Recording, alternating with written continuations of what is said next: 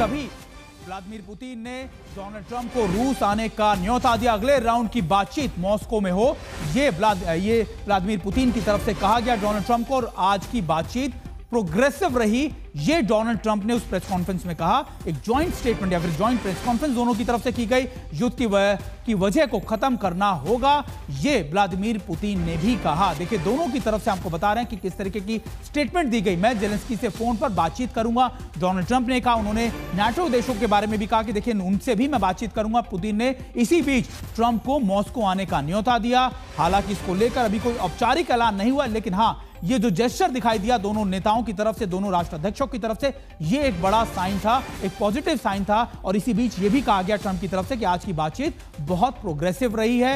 यानी दोनों देशों के को ये लगा कि शायद ये बातचीत आगे बढ़ सकती है। इसी बीच ये बड़ा अपडेट हम आपको बता रहे हैं कि 3 घंटे की बैठक के बाद जब दोनों नेता एक साथ प्रेस कॉन्फ्रेंस के लिए सामने आए, तब उन्होंने जो जेस्चर दिखाया, जो उनकी पोस्टरिंग थी, वो दोनों देशों की बहुत ज्यादा पॉजिटिव थी। रोहित का रुख एक बार फिर से हम कर लेते हैं। रोहित, देखिए हम लगातार बता रहे हैं कि देखिए दोनों की तरफ से उनके जेस्चर, उनके पोस्टर्स, उनकी बॉडी लैंग्वेज बहुत ज्यादा हमने देखा कि पॉजिटिव रही। खास तौर पे जब हमने देखा कि डोनाल्ड ट्रंप का जो विमान था वो आधे घंटे पहले लैंड कर गया था, लेकिन फिर भी वो पुतिन का वेट करते रहे। और जब वो नीचे उतरे तो उनके साथ हैंडशेक किया, वो अपनी गाड़ी में लेकर व्लादिमीर पुतिन को वहां से निकले। तो शायद ये जेस्चर जो होते हैं डिप्लोमेसी में, इनको बहुत बड़ा माना जाता है, इनको बहुत ज्यादा आप कह सकते हैं प्रमुखता से देखा जाता है।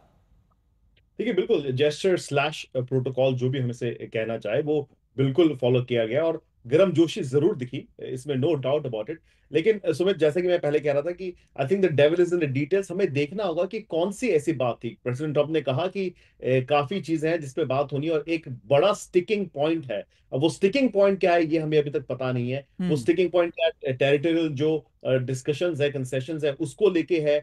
उस पे यूरोपियन यूनियन की क्या राय होगी, उस पे जेलेंस्की की क्या राय होगी। तो ये सारी चीजें देखनी बची है। लेकिन प्रेसिडेंट ट्रंप का जो इनिशियल काम था कि वो रशियन प्रेसिडेंट को एक टेबल पे लेके आते, नेगोशिएशन स्टार्ट करते, वो उन्होंने जरूर हासिल कर लिया है। और सही साथ ही साथ व्लादिमीर पुतिन ने एक बहुत इंपॉर्टेंट चीज की है, डिप्लोमेटिकली उनके लिए बहुत बड़ी अचीवमेंट है कि वो अमेरिका आए। उन्होंने यहाँ पे लोगों मतलब ट्रंप के एडमिनिस्ट्रेशन के लोगों से उन्होंने बात की। और साथ ही साथ मुझे लगता है जो एक खतरा मंडरा रहा था सेकेंडरी सैंक्शंस का, आई थिंक उसको थोड़े दिनों के लिए या थोड़े हफ्तों के लिए तो उन्होंने टाल अभी दिया। फिलहाल शांत कर दिया है। बिल्कुल। और एक और बात, क्योंकि रोहित, एक चीज हमने देखी थी कि जब डोनाल्ड ट्रंप और जेलेंस्की की मुलाकात हुई थी, तल्खी बढ़ी थी, उसके बाद लगातार देखा जाता कि जेलेंस्की के पास अब नाटो का बहुत बड़ा समर्थन है। लेकिन हमने देखा उसी मीटिंग के बाद अमेरिकी राष्ट्रपति नाटो देशों के, आप कह सकते हैं कि मुलाकात की, नाटो से मुलाकात की, और एक तरीके का जो आप कहते हैं उनके साथ जो अपने संबंध सुधारने की चीजें थी वो आगे बढ़ गई। तो क्या अब जेलेंस्की के पास कोई और ऑप्शन है कि अगर अमेरिका के साथ दोबारा से वही तल्खी देखी जाती है